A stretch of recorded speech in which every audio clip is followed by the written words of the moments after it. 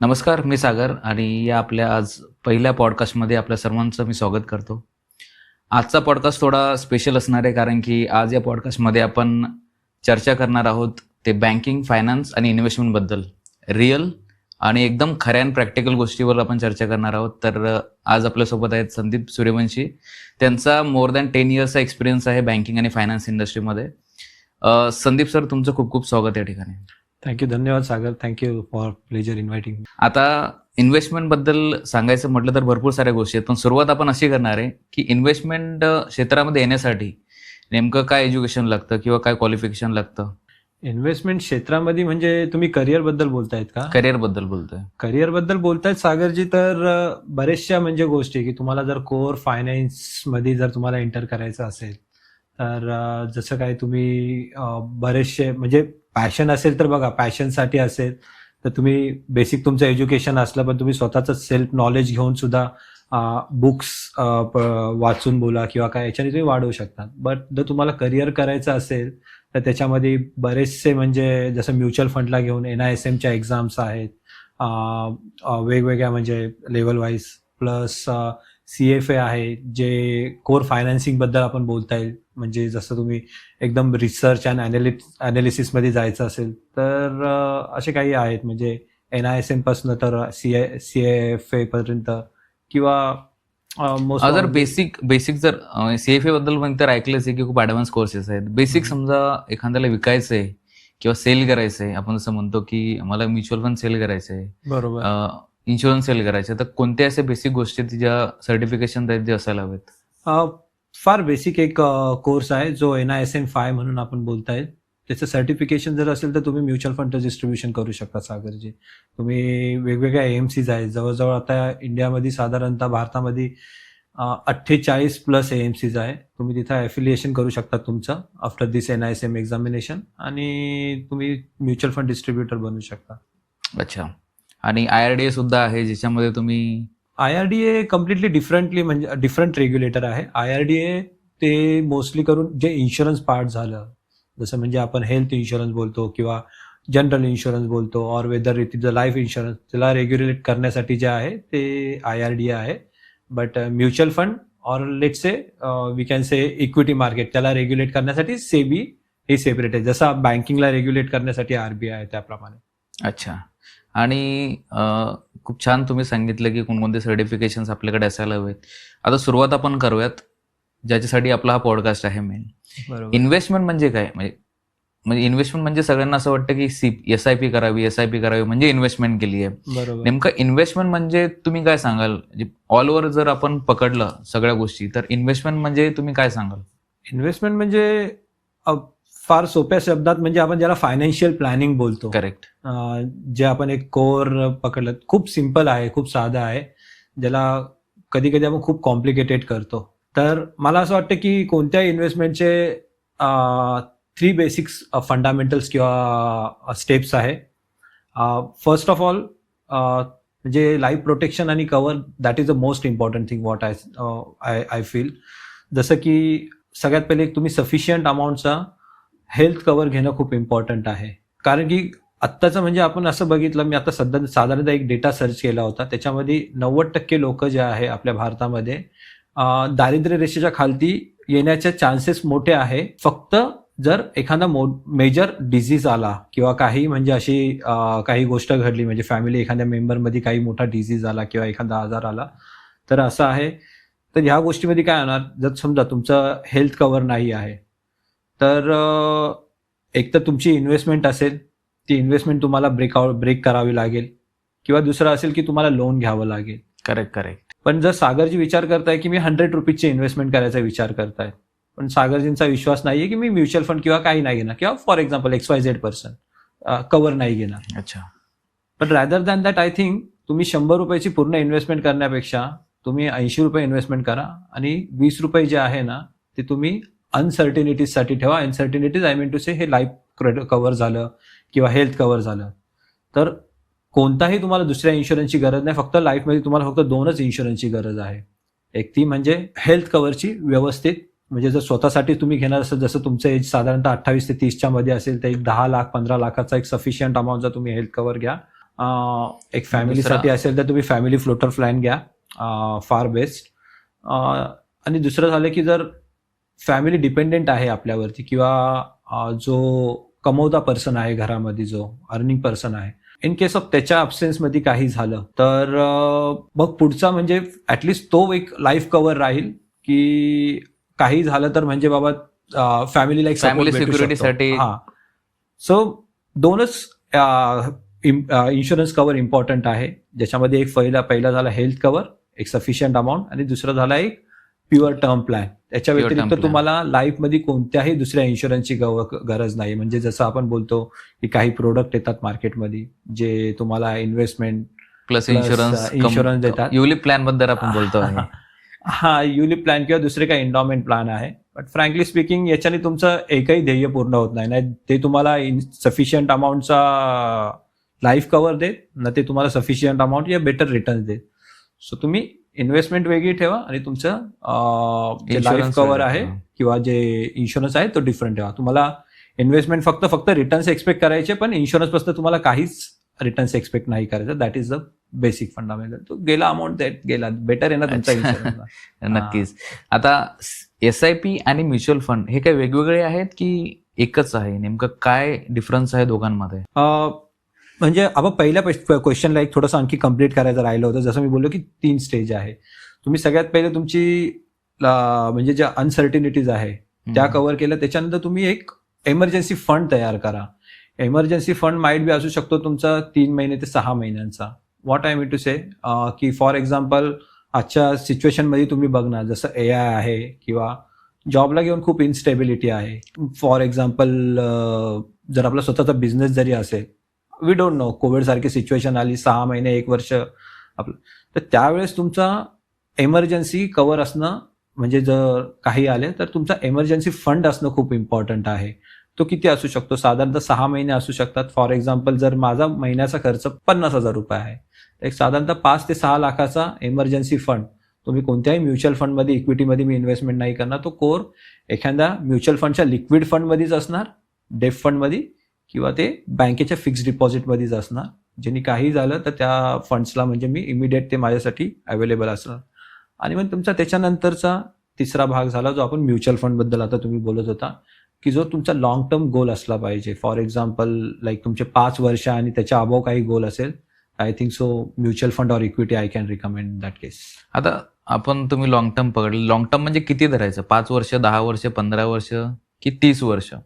कारण की आपण ह्या साधारणतः इन्व्हेस्टमेंट ज्या बघतो, म्हणजे ज्या कस्टमरने 2012 मध्ये इन्व्हेस्ट केलं असेल, तो विचार करतोय की 8-9 वर्षानंतर म्हणजे 2021 मध्ये मला खूप चांगले रिटर्न्स मिळतील. पण पेंडेमिक आला, राईट? तर ती सिच्युएशन काय आहे? किंवा कस्टमरने त्यावेळेस जे पेंडेमिकमुळे जे क्रायसिस झाले ते जर परत 10 वर्षानंतर, 20 वर्षानंतर जर आले, तर त्या रिटर्न्समध्ये किती फरक पडतो? कसं आहे ना सागरजी, खूप चांगला प्रश्न विचारला तुम्ही, की जर काही सिच्युएशन आली तर बॉम्बे स्टॉक एक्सचेंज, जे BSE बोलतो आपण, ते पहिले इंडेक्स होतं किंवा सेन्सेक्स होतं जे स्टार्ट झालं होतं. अप्रॉक्सिमेटली 1978-79 ला स्टार्ट झालं होतं, which was started with 100 points only. Okay, आज ते 100 पॉईंट्सला येऊन आज साधारणतः या गल्फ वॉरच्या सिच्युएशनच्या पहिले बघणार आपण, तर it was somewhere around trading 86,000.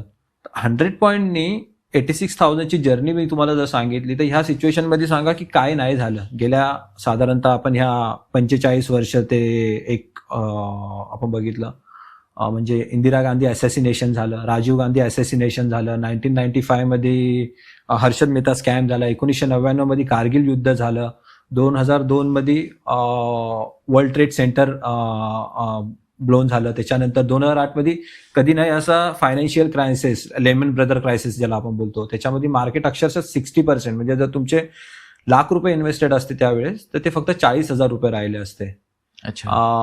2016 मध्ये नोट बॅन झालं, नाही कधी नाही अशी सिच्युएशन, पॅन्डेमिक तुम्ही जे बोलले की म्हणजे 100 वर्षामध्ये कधी असं आलं नव्हती अशी सिच्युएशन झाली. पण या सगळ्या सिच्युएशन होऊन सुद्धा आज 100 पासून मार्केट जे आहे ते 86,000 होती. माझा बोलायचा बेसिक हाच आहे की या ज्या सिच्युएशन असतात ना, ह्या टेम्पररी असतात, बट ग्रोथ जी असते ती परमनंट असते. ऍक्च्युली तुम्हाला जर अशी काही सिच्युएशन भेटते तर आपण त्याला एक अपॉर्च्युनिटी म्हणून बघू शकतो की तुम्ही तुमचं थोडा इन्व्हेस्टमेंट जे आहे आणखी वाढवू शकता मार्केटमध्ये. आणि तुमचा जर लॉंग टर्मचाच होरिझॉन असेल 8 वर्ष 10 वर्ष, तर मग 1 आणि 2 वर्षाच्या सिच्युएशनमध्ये काय होतं, वी शुडंट केअर. फक्त माझं एवढंच बोलणं आहे की जर इक्विटीमध्ये येतात तर 5 वर्ष 8 वर्ष 10 वर्ष और 15 वर्ष जेवढ्या तुम्ही लॉंग इन्व्हेस्टमेंट राहाल, ज्याला म्हणजे 8th वंडर ऑफ कंपाऊंडिंग आपण 8th वंडर बोलतो, ते कंपाऊंडिंग बोललं जातं. दॅट्स कोड की तुम्ही जेवढा लॉंग टर्म इन्व्हेस्टेड राहणार तुम्हाला कंपाऊंडिंगचा पण बेनिफिट भेटणार. That's what I can say. आता हे खूप चांगलं एक्सप्लेन केलं तुम्ही, पण मला असं विचारायचं होतं आता की एखादा फंड आहे बरोबर, तर त्यांनी पास्टमध्ये खूप चांगलं परफॉर्म केलंय, तर काय गॅरंटी की त्यांनी फ्युचर पण त्याचं एवढं चांगलं असेल? बघा, कोणताही इक्विटीमध्ये तुम्ही इन्व्हेस्टमेंट करता म्हणजे असं मी सांगू शकतो की इक्विटी, वेदर तुम्ही म्युच्युअल फंड इन्व्हेस्टमेंट करताय, वेदर तुम्ही स्वतःचं रिसर्च करून मार्केटमध्ये इन्व्हेस्टमेंट डायरेक्टली करताय, equity is the most riskiest assets or investment if you are thinking for the short duration.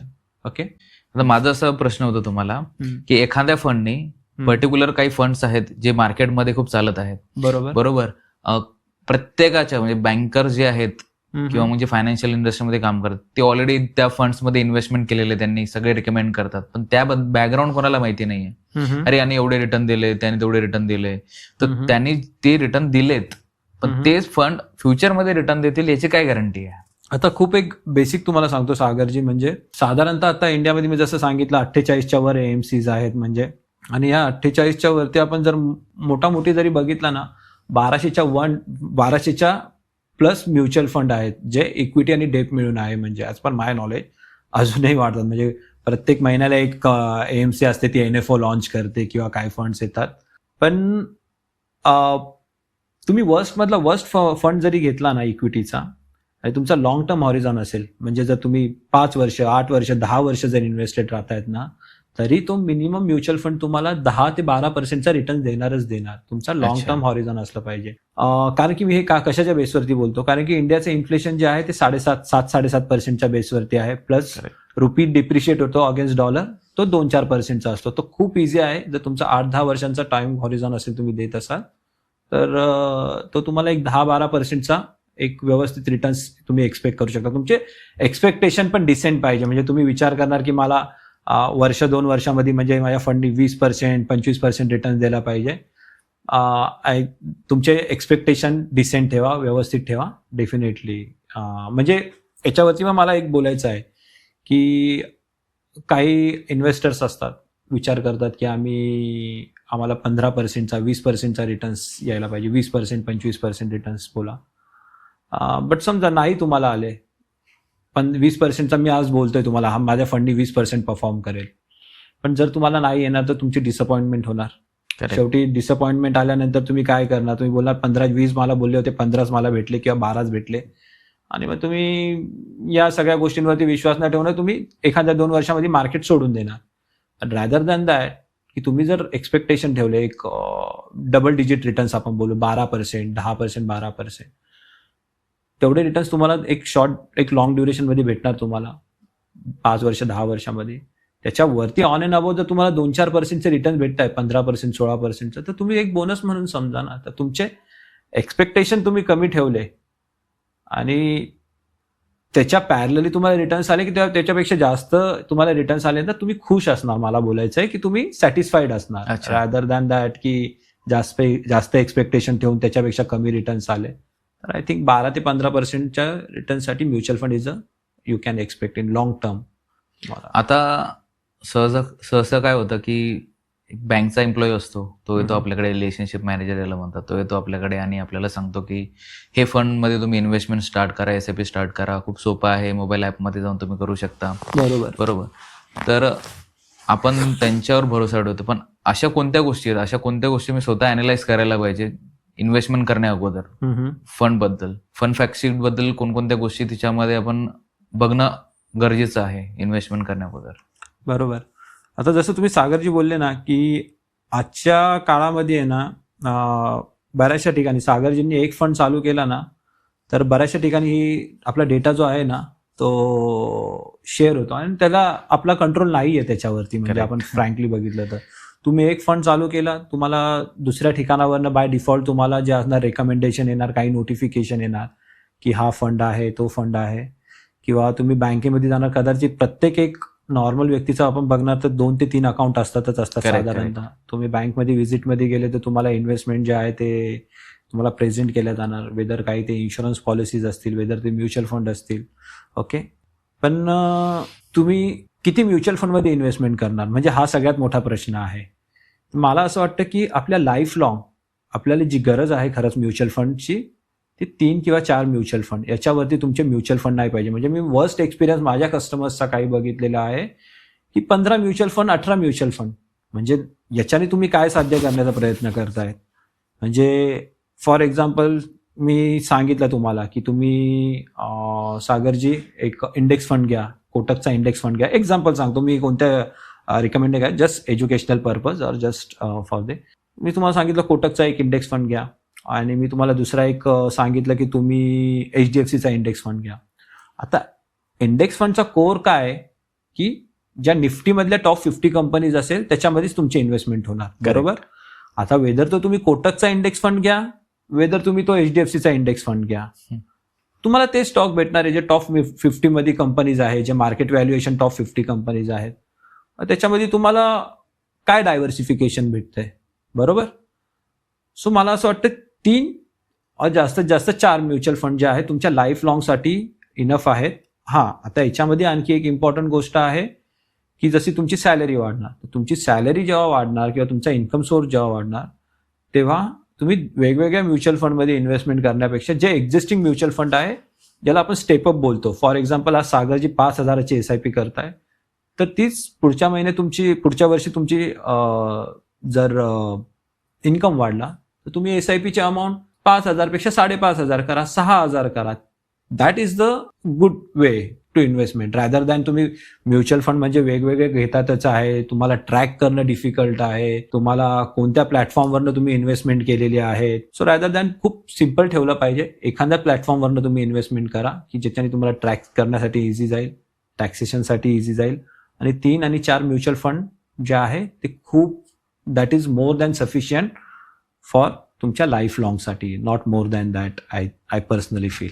अच्छा, कोणते असे म्युच्युअल फंड तुम्ही रिकमेंड कराल?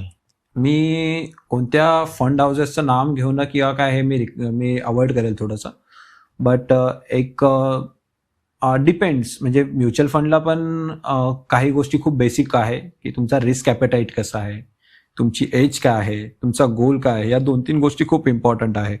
पण एक जर यूथसाठी, म्हणजे जसं तुमचं एज आहे, आपलं एज आहे, या कन्सिडर करून मी बघितलं तर एक चांगला फ्लेक्सिकॅप फंड असणं खूप इम्पॉर्टंट आहे. फ्लेक्सिकॅप फंड म्हणजे तो खूप ॲक्टिव्ह फंड आहे, ज्याच्यामध्ये फंड मॅनेजर्स जो असतो तो तुमचा according to market situation fund manage करतो. जर त्याला असं वाटलं की बाबा मार्केटमध्ये साधारणतः जसे गल्फ वॉरसारखी किंवा अनसर्टनिटी आहे, तर तो मोस्टली तुमचा लार्ज कॅपमध्ये किंवा डेफ फंडमध्ये तो तुमचा पूर्ण अमाऊंट डायव्हर्सिफाय करू शकतो. त्याला वाटलं की स्मॉल अँड मिड कॅपमध्ये अपॉर्च्युनिटी आहे, तर तो स्मॉल मिड कॅपमध्ये जे आहे ती थोडा एक्सपोजर वाढवू शकतो. तर एक फ्लेक्सी कॅप फंड असणं खूप इम्पॉर्टंट आहे. अच्छा. सेकंड, मला असं वाटतं की एक इंडेक्स फंड असणं खूप इम्पॉर्टंट आहे प्रत्येकाचं. इंडेक्स फंड म्हणजे हा इंडेक्सलाच ट्रॅक करतो, जसं निफ्टी 50 मी बोललो, टॉप 50 कंपनीज किंवा लार्ज कॅप टॉप 100 कंपनीज. तर वाय इंडेक्स फंड? कारण की खूप ज्याचे जे एक्सपेन्स रेशो जो असतो, फंड मॅनेजमेंट फीज असते, ती खूप नाहीच्या बरोबर असतं, कारण की त्याच्यामध्ये फंड मॅनेजरचा रोल खूप कमी असतो, नाहीच्या बरोबरच असतो, कारण की तो इंडेक्सलाच ट्रॅक करतो. सो आय थिंक सो एक इंडेक्स फंड, एक फ्लेक्सी कॅप फंड, आणि मोर ऑर लेस एखादा तुम्ही चांगला मिड कॅप किंवा स्मॉल कॅप फंड तुम्ही विचार करू शकता, किंवा another one flexi cap fund as per your age. आणि जर तुम्ही टॅक्सेशनला कन्सिडर करत असाल तर एक ELSS fund, that is more than a sufficient for your life long, बस याच्या व्यतिरिक्त. आणि हा आणखी एक प्रकार झाला की ज्याचं 40-45च्या वरती एज आहे, त्यांनी एक बॅलन्स ॲडव्हान्टेज फंडचा विचार करू शकतात. Balance advantage fund is kind of mixture of डेप्ट अँड इक्विटी, म्हणजे 50% तुमचा एक्सपोजर लार्ज कॅप कंपनीजमध्ये असणार आणि 50% एक डेप फंडमध्ये असणार, जिथं तुम्ही 8 ते 10%चा रिटर्न्स तुम्ही एक्सपेक्ट करू शकता. सो एक फ्लेक्सी कॅप फंड, एक index fund ELSS and balance advantage fund. I think so खूप सिम्पल आणि आय थिंक सो इझी म्हणजे इन्व्हेस्टमेंटची तुमची. अच्छा, जसं तुम्ही प्लॅटफॉर्म बद्दल सुद्धा बोललात, तर आजकाल सगळेच प्लॅटफॉर्म जे फायनान्शियल प्लॅटफॉर्म आहेत ते सगळे आजकाल म्युच्युअल फंड प्रमोट करतात. गुगल पे, फोन पे पासून बरोबर. सगळेच, बरोबर. तर NBFC सुद्धा प्रमोट करतात आजकाल. तर instead of going in to the banking, तुमचं बँकिंग ॲप त्याच्यामधून इन्व्हेस्ट न करता बाकीच्या प्लॅटफॉर्ममधून इन्व्हेस्ट करणं हे रिस्की आहे की सेमच आहे? नाही, रिस्की असं बघा, तुम्ही एक मला असं वाटतं की चांगला डिस्ट्रीब्युटर किंवा चांगला मीडिएटर जो असणं तो खूप इम्पॉर्टंट आहे. मीडिएटर आय मीन टू से जे म्हणजे म्युच्युअल फंडचे पण 2 इन्व्हेस्टमेंटचे प्रकार असतात. एक रेग्युलर असतात, एक डायरेक्ट असतात. डायरेक्ट अच्छा. म्हणजे फॉर एक्झाम्पल मला एखादा HDFCचा एखादा फंड घ्यायचा आहे. त्यांच्या वेबसाईटवर गेलो मी, HDFC AMCच्या, त्यांचा फंड घेतला. मला आणखी एक कोटकचा एक फंड घ्यायचा आहे, तर तो AMCच्या वेबसाईटवर गेलो, तो फंड झाला. बट याच्याने काय होणार की मला 3-4 फंड वेगवेगळे मला ट्रॅक करावे लागणार. म्हणजे मला प्रत्येक वेळेस HDFCच्या AMCशी कनेक्ट करावं लागेल. मला तो वेदर टॅक्सेशनसाठी असेल किंवा काय. तर याच्यामध्ये तुमचं जे ब्रोकरेज असतं, जे खूप मिनिमल असतं, ते वाचतं की जर तुम्ही डायरेक्ट इन्व्हेस्टमेंट केली तर. बट आय थिंक सो तुम्हाला सिम्पल ठेवायचं आहे, तर तुमची जे कोर बँकिंग आहे, जी आपण एक बोलतो की तुमची इम्पॉर्टंट प्रायमरी बँक आहे, त्याच्या थ्रू तुम्ही जर इन्व्हेस्टमेंट केली, दॅट इज ऑल्सो खूप कमी एक्सपेन्सेस रेशो घेतात. पण तुम्हाला 3-4 वेगवेगळे फंड्स घ्यायचे असेल तर तुमची बँकिंग सुद्धा एकाच ठिकाणी राहील. प्लस तुम्ही लॉग इन केल्यानंतर तुमचे सगळे वेगवेगळे फंड्स सुद्धा तुम्हाला एकाच ठिकाणी दिसणार. कधी तुम्हाला स्टेटमेंटची रिक्वायरमेंट असणार टॅक्सेशनसाठी, तुम्हाला कधी तुमचा फंड ट्रॅक करायचा असणार 6 महिने, वर्षभरातनं. तर आय थिंक सो तुम्ही बँकिंगच्या प्लॅटफॉर्मवरनं केलं तरी that could be the good option. जर तुमचा स्वतःचा म्हणजे तुम्हाला असेल की तुम्ही ट्रॅक करू शकतात वेगवेगळ्या AMCच्या जाऊन, then that will be fine. But it's up to you की म्हणजे तुम्हाला किती सिम्पल ठेवायचं तुमचं इन्व्हेस्टमेंट ट्रॅकिंग. अच्छा, आणि इन्व्हेस्टमेंट म्हटली तर आजकाल प्रॉपर्टीमध्ये इन्व्हेस्टमेंट करा आणि खूप चांगले रिटर्न मिळतील. अमाऊंट 3 वर्षामध्ये, 4 वर्षामध्ये दुप्पट तिप्पट होते. हा एक वेगळा कन्सेप्ट आहे. एक ग्रुप आहे जो फक्त प्रॉपर्टीमध्ये इन्व्हेस्ट करायला बघतो आणि एक ग्रुप आहे फक्त म्युच्युअल फंडमध्ये. तर इंडियाचे किती पर्सेंट असे लोक आहेत, जर आपण कम्पेअर केलं जर डेव्हलप कंट्री सोबत, तर इंडिया इन्व्हेस्टमेंटच्या याच्यामध्ये किती मागे आहे आणि येत्या 5 ते 10 वर्षामध्ये किती ग्रोथ होऊ शकते? म्हणजे ह्या गोष्टी जर मी सागरजी बोलायचं गेलं ना, तर आत्तापर्यंत जे आपले ट्रेडिशनल म्हणजे आपले जे पॅरेंट्स होते किंवा काय, ते इन्व्हेस्टमेंटचं त्यांच्यासाठी 2-3 गोष्टी होत्या. फॉर एक्झाम्पल, एक तर ते प्रॉपर्टीमध्ये इन्व्हेस्टमेंट करायचं जसं तुम्ही बोलले. दुसरं त्यांच्यासाठी एक गोल्ड होतं. तिसरं होतं फिक्स्ड डिपॉझिट होतं. करेक्ट. आणि सगळ्यांच्या घरी LICच्या पॉलिसी आहेत. बरोबर. गावागावामध्ये सुद्धा की LICचं एवढं प्रमोशन झालं होतं की गावागावामध्ये सुद्धा पॉलिसी होते की तुमचा मुलगा 18 वर्ष झाल्यानंतर त्याला एवढी भेटेल, मुलीच्या लग्नासाठी तुम्हाला एवढे पैसे मिळतील, तुम्ही महिन्याला ₹100, $200, $500 असे टाकत जा. तर ते सुद्धा खूप मोठ्या प्रमाणात होतं. पण आता LIC कुठे दिसत नाहीये. ज्या पद्धतीने म्युच्युअल फंड इन्व्हेस्टमेंटची गोष्ट होते, तर आता भारतामध्ये किती % लोक इन्व्हेस्टमेंट करतायत म्युच्युअल फंडमध्ये? बघा, हा जो तुम्ही प्रश्न विचारला ना, तर त्याच्या कॉन्टेक्स्टमध्ये मला एक गोष्ट बोलायची होती की आपण जर डेव्हलप कंट्रीज बघितलं, फॉर एक्झाम्पल जसं एक USAचंच आपण एक एक्झाम्पल घेऊ. साधारणतः 54 to 55% लोक इक्विटी मार्केटमध्ये इन्व्हेस्टमेंट करतात, वेदर म्युच्युअल फंड असून द्या किंवा डायरेक्ट. पण हा जो रेशो आहे इंडियामध्ये, जो टोटल इन्व्हेस्टमेंट आहे, म्हणजे टोटल इन्व्हेस्टमेंट म्हणजे मी याच्यामध्ये सगळंच बोलतो की बाबा जर 100 लोक असेल, 100 लोकांमध्ये जर 30 लोकच इन्व्हेस्टमेंट करत असेल, तर ह्या 30 लोकांमध्ये जो इन्व्हेस्टमेंट करतात त्याच्यामध्ये फक्त 4% लोकच इक्विटीमध्ये इन्व्हेस्टमेंट करतात. अच्छा. अजूनही आपल्या लोकांचे जे जास्त करून ट्रस्ट किंवा मेंटॅलिटी आहे ते गोल्ड इन्व्हेस्टमेंटमध्ये, प्रॉपर्टी इन्व्हेस्टमेंटमध्ये किंवा फिक्स्ड डिपॉझिटमध्ये अजूनही करतात. पण एक बघा, एक टाइम होता, जर तुम्ही विचारलं तुमच्या पॅरेंट्सला विचारलं किंवा आजी आजोबांना विचारलं की एक टाइम होता 12-13% रिटर्न्स तुम्हाला फिक्स्ड डिपॉझिटवरती भेटायचे. करेक्ट. बरोबर. विथ द टाइम आणि जशी जशी इंडिया डेव्हलपिंग होते, रेट ऑफ इंटरेस्ट आता साधारणतः 6.5-7% वर आलेला आहे फिक्स्ड डिपॉझिटचा. इंडियाचा नॉर्मल तुम्ही जर इन्फ्लेशन बघितलं तो 7-7.5% आहे. होलसेल प्राइस इंडेक्स इन्फ्लेशन आपण ज्याला बोलतो. पण याच्यापेक्षाही जास्त एक आणखी बोलतो आपण, ज्याला स्टँडर्ड ऑफ लिव्हिंग इन्फ्लेशन मी जे बोलतो ज्याला. म्हणजे आज जर सागरजींनी एक शर्ट घेतलेला आहे जो त्यांना 1000 रुपीजला पडतोय, तोच सागरजी पुढच्या वर्षी घ्यायला जाशील तर त्यांना तो 1200 रुपयाला पडेल. इन्फ्लेशन कितीने वाढला? 20%. करेक्ट. जर आज सागरजी हेअर कटसाठी जर आज 100 रुपीज पे करताय, तेच पुढच्या वर्षी सागरजी जातील त्याला 130 रुपीज किंवा 140 रुपीज पे करतील. किती इन्फ्लेशन Correct. वाढलं? 40%. So this is a standard of living inflation which is a फार मोर दॅन जे Fixed होलसेल deposit. प्राइस, जे हा. नॉर्मल आपण इन्फ्लेशन बोलतो. तर तुम्हाला अशा इन्व्हेस्टमेंटमध्ये करायचंय, कोर इन्व्हेस्टमेंटमध्ये, की जिथे तुम्हाला इन्फ्लेशनला बिटिंग करून तुम्हाला लॉंग टर्मला म्हणजे जे आहे ते चांगले रिटर्न्स येतील. आणि त्याच्यासाठी मला असं वाटतं की FD फक्त मी जसं सांगितलं, एक इमर्जन्सी फंडमधून तुम्ही एक 6 महिने 1 वर्षाचा तुम्ही टाइम हॉरिझॉनसाठी एक इमर्जन्सी फंड म्हणून ठेवू शकता. याच्या व्यतिरिक्त ॲसेट अलोकेशन हा खूप इम्पॉर्टंट आहे. ॲसेट अलोकेशन म्हणजे म्युच्युअल फंड जे तुमच्या लॉंग टर्मच्या गोलसाठी राहायला पाहिजे. 5 वर्ष, 8 वर्ष, 10 वर्षाचा कमीत कमी टाइम हॉरिझॉन, आणि थोडासा एक्सपोजर तुम्ही गोल्डवरती पण द्यायला पाहिजे. कारण की गोल्ड साधारणतः जसं आपण एक 10-15 वर्षाचा ट्रॅक रेकॉर्ड काढणार तर 8%चा 9%चा रिटर्न देतो. ह्या 2 वर्षामध्ये तर खूप जास्तच रिटर्न दिलेले गोल्डने, 3 पट रिटर्न दिले, ते वेगळं गोष्ट आहे. पण एक हिस्ट्री आहे की एक 8%, 10% आणि अगेन्स्ट द मार्केट अनसर्टिनिटीसाठी पण ॲज अ हेजिंग म्हणून काम करतं. तर थोडंसं तुम्ही गोल्डमध्ये ॲसेट अलोकेशन करा आणि एक चांगला लॉंग टर्मच्या ड्युरेशनसाठी तुमच्या म्युच्युअल फंडचं करा. आता ह्याच्यामध्ये म्युच्युअल फंडचं एक सांगायला गेलं तुम्हाला मी, तर आणखी एक डेटा बघितला, ज्याचा सर्वे बघितला. 75% लोक जे आहे जे म्युच्युअल फंडमध्ये इन्व्हेस्टमेंट करतात ते साधारणतः 3 वर्षानंतर तुमचं पोर्टफोलिओ म्युच्युअल फंड विड्रॉ करतात. म्हणजे काही इमर्जन्सी आली तर वेगळी गोष्टच आहे, पण 3 वर्षानंतर त्यांना एक चांगली अमाऊंट वाटली तर घरामध्ये एखादा बाबा काही लग्न असेल, लग्न आणि ह्या गोष्टी तर इमर्जन्सीच झालं, पण एक घरामध्ये एखादं फर्निचरच घ्यायचं बोललं किंवा एखादी चला ट्रिपच करायची बोलली आपल्याला की बाबा ट्रॅव्हल करायचं फॅमिलीला घेऊन.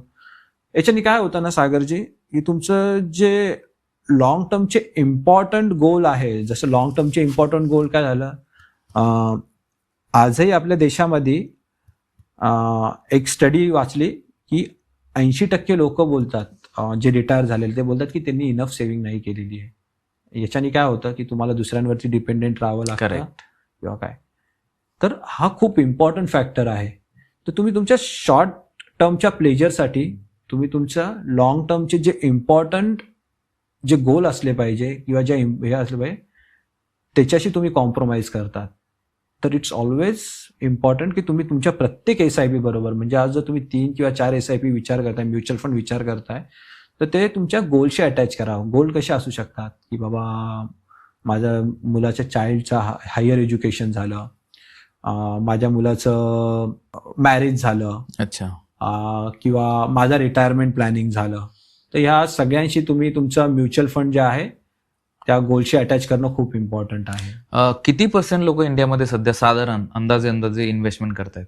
आता हा प्रकार बोलला तर म्हणजे आपल्याला सगळ्यांना माहितच आहे की US मार्केट सोबत जर आपण कम्पेअर केलं तर युएसचे जे आहेत पॉप्युलेशनच्या 55% लोक जे आहेत साधारणतः त्यांच्या मार्केटमध्ये इन्व्हेस्ट करतायत, राईट? तसं इंडियामध्ये सध्या किती लोक आहेत? हा जर प्रश्न मी असं बोललं तर मी जसं सांगितलं की मला 54% लोक अमेरिकेमध्ये इक्विटीमध्ये किंवा म्युच्युअल फंडमध्ये इन्व्हेस्टमेंट करतात. आपण त्याला इक्विटीज बोलू, करेक्ट. पण इंडियामध्ये जे टोटल इन्व्हेस्टमेंट होते, मी जसं सांगितलं की बाबा प्रॉपर्टी झालं, गोल्ड झालं, ट्रॅडिशनल फिक्स्ड डिपॉझिट झालं, इन्शुरन्स झालं, या सगळ्यांचा जरी रेशो काढला तर त्यांच्यामध्ये फक्त 4% लोक जे आहेत ते आत्ता सुद्धा इक्विटीमध्ये, म्हणजे वेदर म्युच्युअल फंडमध्ये बोलू किंवा डायरेक्ट इक्विटीमध्ये इन्व्हेस्टमेंट करतात. फक्त 4% लोक इक्विटीमध्ये इन्व्हेस्टमेंट करतात आहे. आणि जर हाच टप्पा 4%चा जेव्हा 14 वर जाईल किंवा मग 24 वर जाईल तेव्हा मार्केट तर आणि रिटर्न्स तर डेफिनेटली तुम्ही एक्सपेक्ट करू शकता. म्हणजे 2018-19 मध्ये जेव्हा when I was newly enter in to the market, जी ओव्हरऑल म्युच्युअल फंड इंडस्ट्री होती ती साधारणतः, म्हणजे पहिला म्युच्युअल फंड आला होता 1974ला, UTI mutual fund, if I am not wrong, एखादा 2 वर्ष मागं पुढं असू शकता. तिथून जर आपण बघणार तर 2018चा मी तुम्हाला सांगितलं, साधारणतः 28,000 करोडाचा पूर्ण AUM होता, म्युच्युअल फंडची इंडस्ट्री होती. आणि आज 2018 पासून आजची जर मी म्युच्युअल फंडची इंडस्ट्री बघतो तर ती साधारणतः त्यांनी ऑलमोस्ट 73,000 करोड जे आहे CR त्यांनी क्रॉस केलेली आहे. म्हणजे 2074 पासून 2018 पर्यंतची जर्नीमध्ये फक्त 28,000. आणि विथ आपण म्युच्युअल फंड सही आहे, म्हणजे ज्यांनी सेबीनी सुद्धा याच्यासाठी खूप इनिशिएटिव्ह घेतला, लोकांमध्ये वाढत जाणारे अवेअरनेस आहे. याच्यामुळे आज बघणार आपण तर गेल्या 6-7 वर्ष 8 वर्षामध्ये साधारणतः ती 3 टाइम्स वाढली, 3 टाइम्स वाढलेली. म्हणजे मी जसं सांगितलं 72,000 75,000च्या आसपास. अँड डेफिनेटली जसं जसं युथमध्ये तुमचे ट्रेडिशनल इन्व्हेस्टमेंट प्लॅन आहेत, जसं फिक्स डिपॉझिट झालं किंवा काय, हे इन्फ्लेशनला पण सध्या आता बीट करणं म्हणजे खूप डिफिकल्ट झालं. तर तुम्हाला असे काही आणखी ऑप्शन्स एक्सप्लोर करावे लागणार जिथं तुम्हाला बेटर रिटर्न्स येईल. आणि mutual fund will be the one thing where in long term you can get the 12, 13 or 15% returns as well. But still I will not recommend 15%. 12%, 13% तुम्ही विचार. आजची जी जनरेशन आहे सगळ्यांना क्विक मनी पाहिजे, बरोबर. तर मग भरपूर प्रेफर करतात की जास्तीत जास्त पैसे जे आहे स्मॉल कॅप मध्ये टाकावेत, जेणेकरून त्यांना जास्त रिटर्न्स मिळतील. इन टर्म्स ऑफ लॉंग, जसं मिड कॅप आणि लार्ज कॅप पेक्षा स्मॉल कॅप मध्ये जास्त प्रेफर करतात आजची जनरेशन. त्यांना काय सांगाल? बघा, म्युच्युअल फंडमध्ये तुम्ही इन्व्हेस्टमेंट करतायत हा तर ठीकच आहे, ठीक आहे, चला स्मॉल कॅप आणि मिड कॅप. पण याच्यापेक्षा पण वरीलची गोष्ट काय आहे ना सागरजी, की लोक, तुम्ही जो पहिला वर्ड बोलला quick money, that is the most various thing. म्हणजे आता सेबीचा गेल्या वर्षी म्हणजे एक डेटा आला होता की 89% लोक F&O मध्ये पैसे जे आहे ते लॉस करतात. म्हणजे 89-90% लोक जे आहे ते F&O मध्ये लॉस करतात. एवढा मोठा डेटा सेबीनी रजिस्टर करून सुद्धा आज लोक शेवटी F&O मध्ये जास्त पैसे किंवा काय आहे ते रिस्क घेण्यासाठी प्रिफर करतात, कारण की त्यांना क्विक मनी पाहिजे. आणि ती मेंटॅलिटी कुठे नाही आहे ना, ती चेंज होणं खूप इम्पॉर्टंट आहे. का? कारण की बघा, मार्केट ना 2 टाईपनी चालतं, 2 व्ह्यूनी चालतं सागरजी.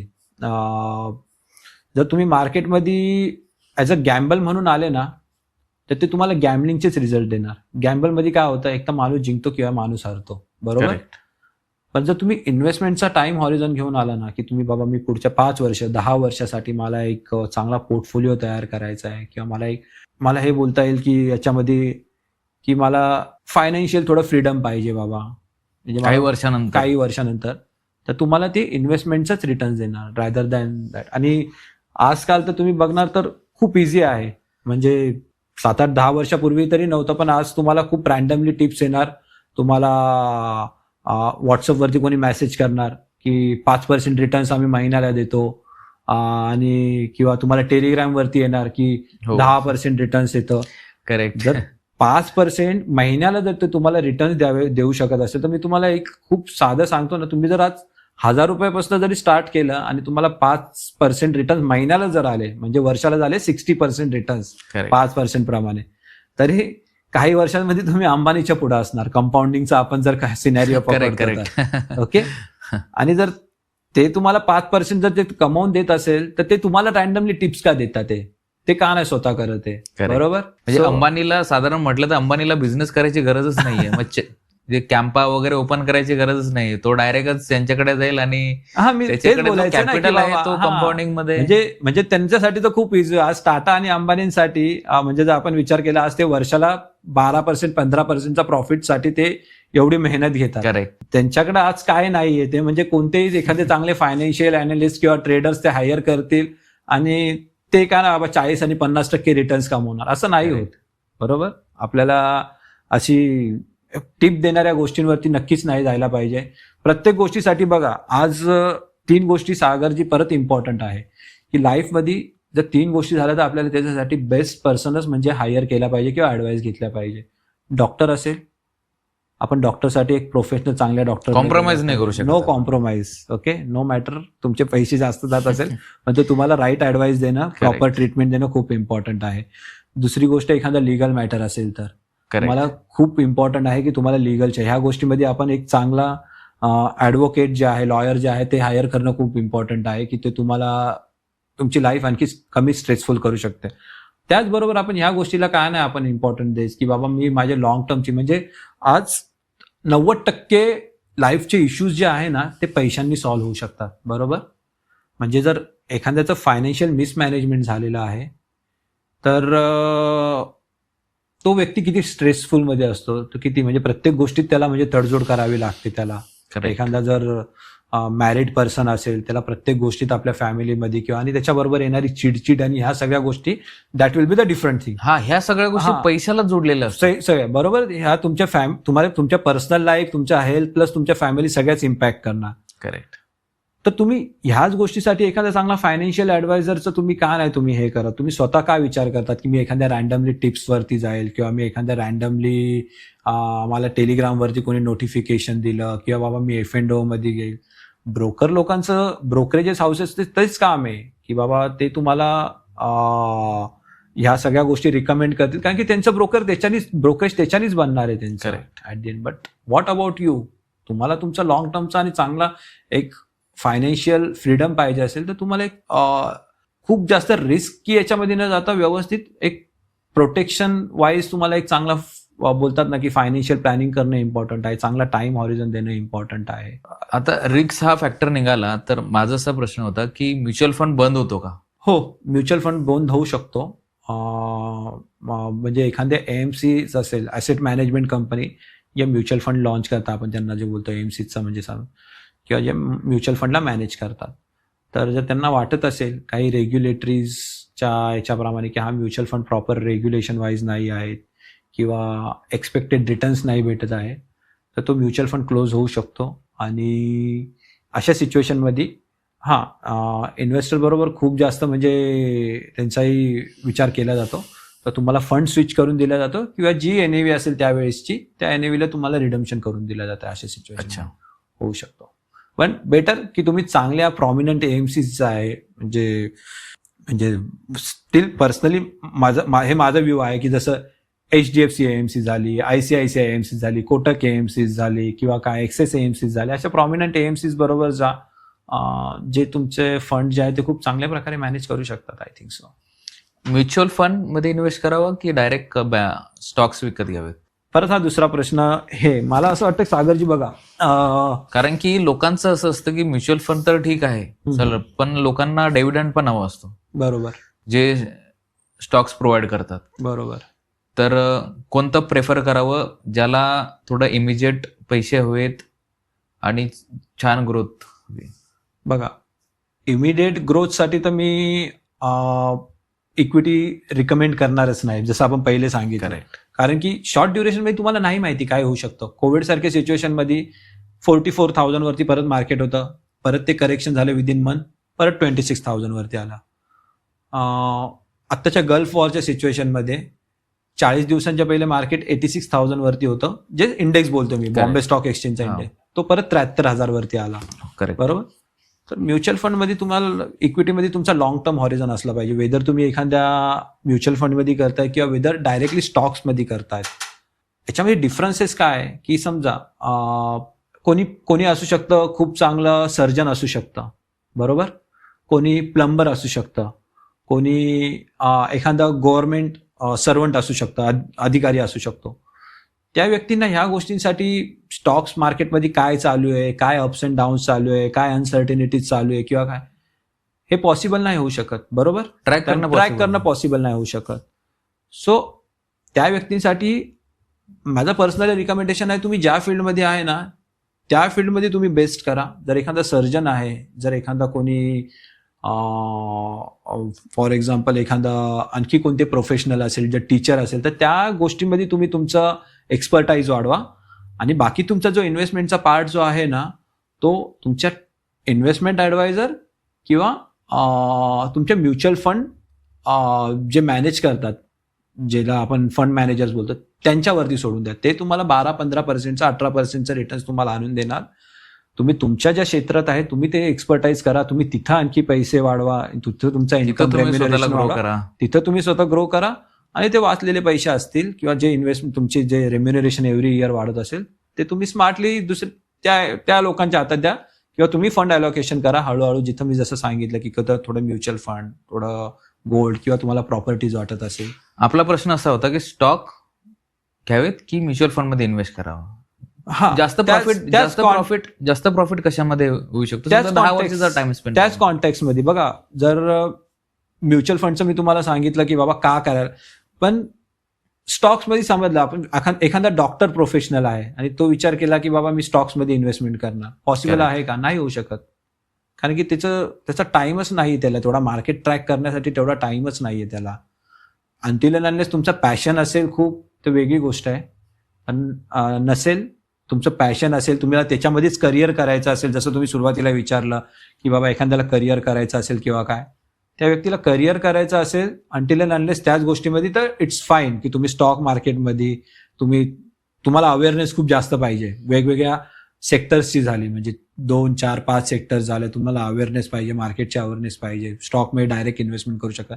आणि म्युच्युअल फंडच्या पण पुढे स्टॉक्स जे असतात ते जास्त रिस्कियस्ट इन्व्हेस्टमेंट आहे, डायरेक्ट स्टॉक्स जे असतात. अच्छा, म्हणजे म्युच्युअल फंड हा कंपाऊंड रिटर्न देऊ शकतो आपल्याला, पण म्हणजे देतो समजा, पण स्टॉक्सची गॅरंटी नाही. समजा एखाद्या पर्टिक्युलर बँकेचा मी स्टॉक विकत घेतला तर त्याची गॅरंटी नाही की 10 वर्षांनंतर तो ग्रो होईल. म्युच्युअल फंडची पण नाही हो सर, की ती तुम्हाला तेवढेच रिटर्न देणार किंवा शॉर्ट ड्युरेशन मध्ये देणार.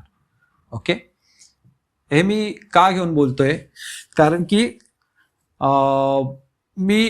तुम्ही जसं मला पहिला प्रश्न विचारला की डायरेक्ट स्टॉक करायला पाहिजे किंवा डायरेक्ट म्युच्युअल फंड करायला पाहिजे. म्युच्युअल फंड जे आहे ते professional fund managers through manage केले जातात. करेक्ट. बरोबर.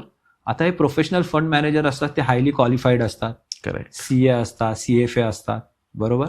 आणि तुमचा एक म्युच्युअल फंड तुम्ही बघितला तर ती फक्त एकाच म्युच्युअल फंडमध्ये इन्व्हेस्टमेंट नाही करत. म्युच्युअल फंड म्हणजे काय की बाबा ते 5 ते 6 सेक्टरमध्ये इन्व्हेस्टमेंट करतात. म्हणजे जसं IT सेक्टर झालं, बँकिंग फायनान्स झालं, वेदर तुम्ही हेल्थकेअर, फार्मा झालं, हेल्थकेअर झालं, जसं तुम्ही एक एक्झाम्पल दिलं. FMCG म्हणजे आपण जे डेली जे गोष्टी यूज करतो, म्हणजे शॅम्पू बोला, सोप बोला, या सगळ्या गोष्टी बोला. तर म्युच्युअल फंड जे झाला, म्हणजे आज सागरजींनी 10,000ची SIP केली, मी 10,000ची SIP केली, आणखी वन XYZ त्यांनी 1 लाखाची बाबा लमसम अमाऊंट टाकली. असं करून त्यांच्याकडे खूप मोठा चंक ऑफ अमाऊंट जमा होते म्युच्युअल फंड AMCकडे. करेक्ट. तर ते काय करतात, फॉर एक्झाम्पल त्यांच्याकडे 100 करोड रुपये जमा झाले, तर ते 10 करोड रुपये ते एक पर्टिक्युलर सेक्टरमध्ये टाकतील. समजा त्यांनी सांगितलं की IT सेक्टरमध्ये टाकला. 20 करोड रुपये ते फार्मा सेक्टरमध्ये टाकतील. 30-40 करोड, एक्झाम्पल देतोय, 30-40 करोड ते बँकिंग फायनान्समध्ये टाकतील. म्हणजे तुम्हाला सेक्टरल डायव्हर्सिफिकेशन भेटलं वेगवेगळ्या सेक्टरमध्ये. म्हणजे असं आता गेल्या वर्षी इंडियन IT सेक्टरनी खूप म्हणजे निगेटिव्ह परफॉर्मन्स केला. का? कारण की AI मुळे आर्टिफिशियल इंटेलिजन्स जेवढं अमेरिकेमध्ये, म्हणजे जेवढं त्याच्यामध्ये इनोव्हेशन झालं, इंडिया कुठे ना कुठे तिथे लॅक केलं. म्हणून इंडियन IT सेक्टरनी परफॉर्म नाही केलं, निगेटिव्ह रिटर्न्स दिले, आय मीन टू से. पण त्याच अगेन्स्ट इंडियन बँकिंग सेक्टरनी खूप चांगला रिटर्न्स परफॉर्मन्स केला. इंडियन फार्मा सेक्टरने खूप चांगला परफॉर्मन्स केला. कोविडमध्ये सुद्धा जेव्हा वेगवेगळे सेक्टर होते जे लॅक करत होते, तिथं फार्मा सेक्टर आणि IT सेक्टरनी खूप चांगला परफॉर्म केला. बरोबर. तर म्युच्युअल फंडमध्ये काय होतं की तुमचे वेगवेगळ्या सेक्टरमध्ये इन्व्हेस्टमेंट होते, आणि प्रत्येक एक, म्हणजे IT सेक्टर जरी बोललं तर IT सेक्टरच्या मग ते म्हणजे एक्झाम्पल झालं तर ते TCS मध्ये पण इन्व्हेस्टमेंट करणार, HCL मध्ये पण करणार, और वेदर ते L&T, माइंडट्री झालं, असं त्या कंपन्यांमध्ये पण इन्व्हेस्टमेंट करतात. तर तुम्हाला सेक्टरल डायव्हर्सिफिकेशन भेटतं, सेक्टर डायव्हर्सिफिकेशन मध्ये कंपनीचं डायव्हर्सिफिकेशन भेटतं, प्लस थोडासा तुमचा इन्व्हेस्टमेंट जे होतं ते डेट आणि गव्हर्नमेंट सिक्युरिटीजमध्ये, बॉन्ड्समध्ये पण होतं. तर ओव्हरऑल तुमचा रिस्क जो असतो तो कमी होतो म्युच्युअल फंडनी. आणि तुम्ही डायरेक्ट स्टॉक करणार असेल तर तुम्हाला स्वतःचं रिसर्च करावं लागेल, तुम्हाला तुमचा टाइम द्यावा लागेल. तेवढा टाइम तुमच्याकडे आहे का? जर असेल तर वेल अँड गुड, तुम्ही करा, but it will come with a higher risk. पण जर नसेल तर तुमचे फंड जे आहे तुम्ही professional fund manager through investment करा, ते तुम्हाला चांगले रिटर्न देतील लॉंग टर्म मध्ये. अच्छा, लॉंग टर्मचा जसा प्रश्न आला आता, बरोबर. हम्म. तुम्ही खूप छान एक्सप्लेन केलं. तर अशी पर्टिक्युलर तारीख आहे का, की महिन्याच्या या तारखेला जर मी केली किंवा मंथ स्टार्टिंगला जर मी इन्व्हेस्टमेंट केली तर मला लॉंग टर्मसाठी कमी प्रॉफिट होईल किंवा जास्त प्रॉफिट होईल, किंवा मंथ एंडला केली तर मला जास्त प्रॉफिट होईल किंवा कमी प्रॉफिट, असं काही आहे का तारखेचं? असं तर आपण महिना 2 महिन्यांनी असं किंवा काय असं म्हणजे 5 दिवसांनी 10 दिवसांनी म्युच्युअल फंड मध्ये खूप काही फरक नाही पडत. ओके. कारण की तुमचा इन्व्हेस्टमेंट हॉरिझॉनच मी आज जसं बोललो की तो लॉंग टर्मचा लॉंग असला टर्मचं पाहिजे, आहे. डिसेंट ऍटलीस्ट 5 वर्ष 8 वर्ष तरी असला पाहिजे तुमचा. हा, कधी इन्व्हेस्टमेंट करावी हा एक फॅक्टर मी बोलू शकतो की ज्या दिवशी तुमची सॅलरी होते त्याच दिवशी तुमचा एसआयपीचा डेट असला पाहिजे किंवा ऍटलीस्ट त्याच्या नेक्स्ट 1 or 2 डेज मध्ये असलं पाहिजे. कारण की आपण विचार करतो की म्हणजे मी महिन्याचे एक्सपेन्सेस करेल आणि at the end of the month जे अमाऊंट राहील मी ती इन्व्हेस्टमेंट करेल, पण असं कधीच होत नाही. ही ह्युमन मेंटॅलिटी आहे. तर इट्स ऑलवेज बेस्ट की पहिले तुम्ही जशी तुमच्या इन्कम येतो हातात, वेदर तुम्ही सॅलराईड एक पर्सन आहात म्हणजे प्रोफेशनल आहात किंवा एखादा बिझनेस पर्सन आहात, एक पर्टिक्युलर डेट ठेवा. तुमची सॅलरी झाल्यानंतर तुमच्या हातामध्ये पैसे आल्यानंतर इमिडिएटली सेकंड किंवा फर्स्ट और सेकंड डेटला तुमची एसआयपी डिडक्ट होऊन जाईल आणि त्याच्यानंतर तुम्ही तुमची जे खर्च आहे, बेसिक खर्च आहे किंवा तुमच्या वॉन्ट्स आहे त्याच्यावरती तुम्ही मग इझिली तुम्ही इन्व्हेस्टमेंट करू शकतात. I think so immediate investment after salary, that will be the good planning. I personally think. हो, आणि एक कॅटेगरी आहे आपल्या समाजामध्ये की ज्यांचं असं आहे की मी वयाच्या 25व्या वर्षी मग माझं घर घ्यावं आणि जेव्हा सॅलरी 60-70 हजारावर पोहोचते तेव्हा त्यांना असं वाटतं की माझं घर असावं बरोबर लोकेशनला, तर ते घरामध्ये इन्व्हेस्टमेंट करतात. वडिलांची स्वतःची थोडी सेव्हिंग लावतात आणि एक 25 ते 26 हजाराचा EMI स्टार्ट होतो अर्ली स्टेज पासून, पण त्यांच्याकडे घर असतं. बरोबर. आणि नंतर तो 25 ते 30 हजाराचा EMI स्टार्ट होऊन जातो ते 15 ते 20 वर्षापर्यंत. बरोबर. करेक्ट. पण ते पुढच्या 10 वर्षामध्ये 7-8 वर्षामध्ये ते त्यांचा विचार असं असतं ते कव्हर करून घेतील. बरोबर. पार्ट पेमेंटने. तर ते घर न घेता त्यांनी जर तोच पैसा म्युच्युअल फंडमध्ये जर इन्व्हेस्ट केला तर काय ग्रोथ असू शकते. घर घेतला तर साधारणतः आपण पकडू शकतो की 40 हजाराचं घर घेतलं, 40 लाखाचं घर घेतलं, बरोबर, आणि त्याचं EMI तो भरतोय समजा 25,000 रुपये महिन्याला, आणि त्याचा विचार आहे मी घेतलं 20 वर्षाआधी मी ते 7-8 वर्षामध्ये कव्हर करेल. बरोबर. ते न करता जर म्युच्युअल फंडमध्ये इन्व्हेस्ट केली तर दोघांचं काही कम्पेअर होऊ शकतं का? म्हणजे माझं ऍज पर माय अंडरस्टँडिंग, मला करेक्ट करा इफ आय एम रॉंग, की घर की इन्व्हेस्टमेंट म्हणजे म्युच्युअल फंड इन्व्हेस्टमेंट म्हणजे जो हप्ता माझा घरासाठी चाललाय 25,000 तो मी 25,000 न भरता इकडे तो मी डायरेक्ट म्युच्युअल फंडमध्ये इन्व्हेस्ट केलं तर? पर्सनली मला असं जर विचारणार, पर्सनली हा माझा व्यू असू शकतो. बघा, घर आणि ह्या गोष्टींना खूप इमोशनल पॉइंट ऑफ व्ह्यूने विचार करण्याची गोष्ट आहे. म्हणजे एखादा पर्सन आहे त्याच्यासाठी घर खूप जिव्हाळ्याचा प्रश्न असू शकतो, बरोबर, त्याचा असू शकतो, त्याच्या फॅमिलीचा असू शकतो, और विथ पार्टनर पण असू शकतो एक डिसिजन. और काही गोष्टी फॉर एक्झाम्पल जसं माझंच पकडा, आता माझ्या घरामध्ये सगळ्या इन्व्हेस्टमेंट डिसिजन साधारणतः मीच घेतो. माझा हा प्लॅन आहे की बाबा मी एक पर्टिक्युलर एज नंतर जे असणार तो मी माझा तर घर खूप जिव्हाळ्याचा प्रश्न असतो. म्हणजे तर हा याच्यामध्ये बरेचसे इन्व्हॉल्व असतात, फॅमिली इन्व्हॉल्व असते, पार्टनर इन्व्हॉल्व असते डिसिजन घेण्यामध्ये. आणि काही असतं जसं फॉर एक्झाम्पल ज्याच्यामध्ये मी स्वतःचं म्हणजे इन्व्हेस्टमेंट मी माझं प्लॅन करतो. ओके, मी माझ्या घराचं सगळ्या इन्व्हेस्टमेंट मीच प्लॅन करतो.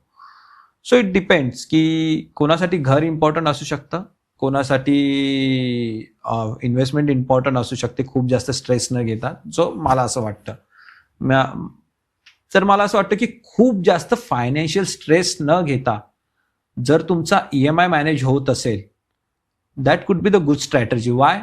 म्हणजे ती पण कशी की जर तुमची फॉर एक्झाम्पल तुमची सॅलरी आहे, तर सॅलरीच्या 40% जर तुमचा EMI येत असेल, म्हणजे जर तुम्ही आणि तुमचा पार्टनरही असेल त्याच्यामध्ये, वेदर तुम्ही इंडिव्हिज्युअल असेल किंवा तुमचा पार्टनर तुमच्या बरोबर असेल, तर दोघांचा मिळून जर 41% आसपास जर EMIची अमाऊंट जात असेल, तर I think so that is okay. कारण की ऍटलीस्ट 60% तरी तुम्हाला हातामध्ये अमाऊंट राहायला पाहिजे तुमच्या डेली एक्सपेन्सेससाठी. बोला, एक घराबरोबर झालं, जे न्यूली मॅरिड कपल असतील किंवा आपणही यंग एजमध्ये असतो, त्याचबरोबर आपल्या काही पॅशन असतं प्रत्येकाचं, आज सागरजींचं पॅशन असू शकतं, माइट बी सिंगिंग असू शकतं, माइट बी त्यांना ट्रायव्हल असू शकतं. तर सगळ्याच गोष्टीची म्हणजे कॉम्प्रोमाइज करून चालणार नाही, बरोबर. तर आय थिंक सो एक 40% जर तुमचा EMI येत असेल तुमच्या सॅलरीच्या, तर दॅट्स फाईन. किंवा तुम्ही तो थोडासा म्हणजे बोलतात ना की एक तुमच्या हातामध्ये एक जी स्वतःची डाऊन पेमेंटची अमाऊंट आली आणि थोडासा तुमचा इन्कम स्ट्रीम वाढला, त्याच्यानंतरही तुम्ही घर प्लॅन केलं, that also could be the better option. की तुम्ही खूप सुरुवातीलाच खूप जास्त बर्डन नका घेऊ, रॅदर दॅन दॅट तुम्ही सुरुवातीला थोडी इन्व्हेस्टमेंट करा तुमच्या हातामध्ये नाही आहे तर, आणि एक पर्टिक्युलर ड्युरेशन नंतर एक तुमच्या हातामध्ये एक डाऊन पेमेंटची अमाऊंट चांगली जमा झाली, खूप जास्त तुमच्या तडजोड खूप जास्त नाही करावं लागत असेल, त्यानंतर तुम्ही घर प्लॅन करू शकता. I think so easy. हा एक इमोशनल आणि फॅमिलीचा आहे, खूप जेणेकरून खूप फॅक्टर याच्यामध्ये मॅटर करतात. आता अशी पण आपल्याकडे आहेत जे लोक क्रेडिट कार्ड मधून पैसे काढतात, भरपूर ऍप्स आहेत, ऍप्स मधून पैसे काढतात आणि त्यांना असं वाटतं की त्यांनी शेअर मार्केटमध्ये F&O करावं, आणि करतात सुद्धा आणि पैसे लॉस सुद्धा होतात. किंवा मग त्यांना असं वाटतं की अरे मार्केट आज खूप डाऊन आहे, आता वाढणार आहे मार्केट, तर ते आपण एखादे शेअरच विकत घेऊयात HDFC बँकेचे, किंवा मग आता आपण म्युच्युअल फंडमध्येच टाकूयात, आपल्याला तर इकडे कमी रेट ऑफ इंटरेस्ट भरायचा आहे आणि आपल्याला वार्षिक रिटर्न तर जास्त मिळणार आहेत. अशा लोकांसाठी काय सांगाल? तुम्ही जे मला क्वेश्चन विचारले त्याच्यामध्ये 2-3 पॉईंट्स आपल्याला कव्हर करावे लागतील. तर सगळ्यात पहिले तुम्ही ऍप्सचं विचारलं की बाबा आजकाल खूप छोटे छोटे ऍप्स आहेत जे तुम्हाला खूप इझिली मनी अवेलेबल करून देतात. पण ह्या ऍप्सचं जर तुम्ही थोडी स्टडी करणार ना, आत्ताच मध्यंतरी म्हणजे साधारणतः 1 वर्षा पहिले ना RBIचा या ऍप्सवरती रिस्ट्रिक्शन्स आले होते. कारण की हे जे ऍप्स आहेत हे तुम्हाला पैसे इझिली अवेलेबल करून देतील, पण त्याचबरोबर यांची खूप हिडन कॉस्ट असतात, जी खूप हेवी असते. त्याचबरोबर यांचे जे इंटरेस्ट असतं ते पण खूप हेवी असतं. तर कधीही तुम्ही कोणत्याही तुमची रिक्वायरमेंट आली फायनान्सिसला घेऊन, तर रिच आउट करताना तुम्ही विचार करून रिच आउट करा की तुम्ही कोणाला रिच आउट करताय. फॉर एक्झाम्पल तुम्ही ह्या ॲप्लिकेशन्सवरती, म्हणजे याच्यातले बरेचसे ॲप्लिकेशन होते जे चायनीज कंपनी गव्हर्न बाय होते, जे तुम्हाला वेगवेगळ्या प्रकारे म्हणजे हॅरॅसमेंट चालायची तुमची. अक्षरशः तुम्ही याच्यात 20-25 हजारापर्यंत छोटी अमाऊंट जरी घेतली असेल आणि थोडाही तुमचा पेमेंट डिले झाला किंवा काय झालं, तर ती अक्षरशः वर्स्ट लेवलची तुमची हॅरॅसमेंटचा म्हणजे होत असे. अशा भरपूर केसेस आत्ता आल्या. म्हणजे तर सगळ्यात पहिले तर अशा ॲप्स ज्या आहेत ते तुम्ही अवॉइडच केल्या पाहिजे फ्रँकली. तुमची जर कधी फायनान्सिसची आपली रिक्वायरमेंट आली तर सगळ्यात पहिले तुम्ही अप्रोच करायला पाहिजे बँकेला. Those are the regulated entity or institution what we can say. किंवा एक चांगल्या NBFC जरी झालं त्याच्यामध्ये, बँकिंग नंतर तुम्ही चांगल्या NBFC, ज्या प्रॉमिनंट NBFCs बोलतोय मी, म्हणजे मी कोणाला रिकमेंड नाही करत, पण फॉर एक्झाम्पल बजाज फायनान्स झालं, महिंद्रा अँड महिंद्रा झालं, तर अशा काही चांगल्या NBFCs पण आहे जे तुम्हाला व्यवस्थित रेट ऑफ इंटरेस्टमध्ये विदाऊट हिडन कॉस्टमध्ये. आणि एक गोष्ट आहे की अशी काही गोष्ट करत असाल तुम्ही, वेदर म्युच्युअल फंड इन्व्हेस्टमेंट करा किंवा तुम्ही एखादं लोन प्लॅन करताय, त्याच्या टर्म्स अँड कंडिशन बघून घ्या, त्याच्याबरोबर येणारे हिडन कॉस्ट असतील किंवा काय या गोष्टी असतील, यांचं तुम्ही म्हणजे मेलवरती बोला किंवा त्यांचे डॉक्युमेंटेड अशा गोष्टी घ्या ज्याच्याने तुम्हाला बेटर क्लेरिफिकेशन राहील. बट ऑलवेज बेटर की तुम्हाला जर काही रिक्वायरमेंट आली अशी काही फायनान्शियली, वेदर तुम्ही घर प्लॅन करत असाल, कधी पर्सनल लोन झालं, कधी कार लोन झालं किंवा कधी काही, तर always approach to the bank first. That is the best way. म्हणजे आणि लोन काढून इन्व्हेस्टमेंट करणं हे किती योग्य आहे? आता लोन काढून इन्व्हेस्टमेंट करणं याच्यामध्ये बघा, गुड डेप्ट आपण याला बोलू शकतो की जर तुम्ही लोन काढून जर तुम्ही काही कन्स्ट्रक्टिव्ह करत असाल, I mean to say constructive म्हणजे जर तुम्ही काही बिझनेस करणार असेल त्याच्यामधनं, किंवा तुम्ही एखादं घर घेणार असाल, प्रॉपर्टी घेणार असाल, दॅट कुड बी, त्याला आपण त्याची गुड डेप्टची कॅटेगरी बोलू शकतो, बरोबर. करेक्ट. पण जर लोन काढून तुम्ही EMI वरती आयफोन घेतात आहे, म्हणजे याच्यामध्ये पण एक स्टडी आली होती की आता जे आयफोन्स घेत आहेत 60% लोक जे आयफोन्स घेत आहेत ते EMI वरती घेतात, आपली युथ ज्यांना जेनझी बोलतो आपण ते. तर ते तुमची लॉंग टर्मची कमिटमेंट आली पेमेंट करायची किंवा काय, that is a wrong approach, I feel personally feel. So तुम्ही त्याच्यासाठी सेव्हिंग करा, 6 महिने वर्षभर सेव्हिंग करा, त्याच्यानंतर तुम्ही तो घ्या. I think so that will be fine. आता असा आयफोनचा विषय निघाला. मी 2017 मध्ये 91,000चा आयफोन एक्स लॉन्च झाला होता. तेव्हा त्यावेळेस मी घेतला होता कॅशमध्ये. बरोबर. जर मी त्यावेळेस मला म्युच्युअल फंड वगैरे काही कल्पनाच नव्हती की हे काही एक्झिस्ट करते.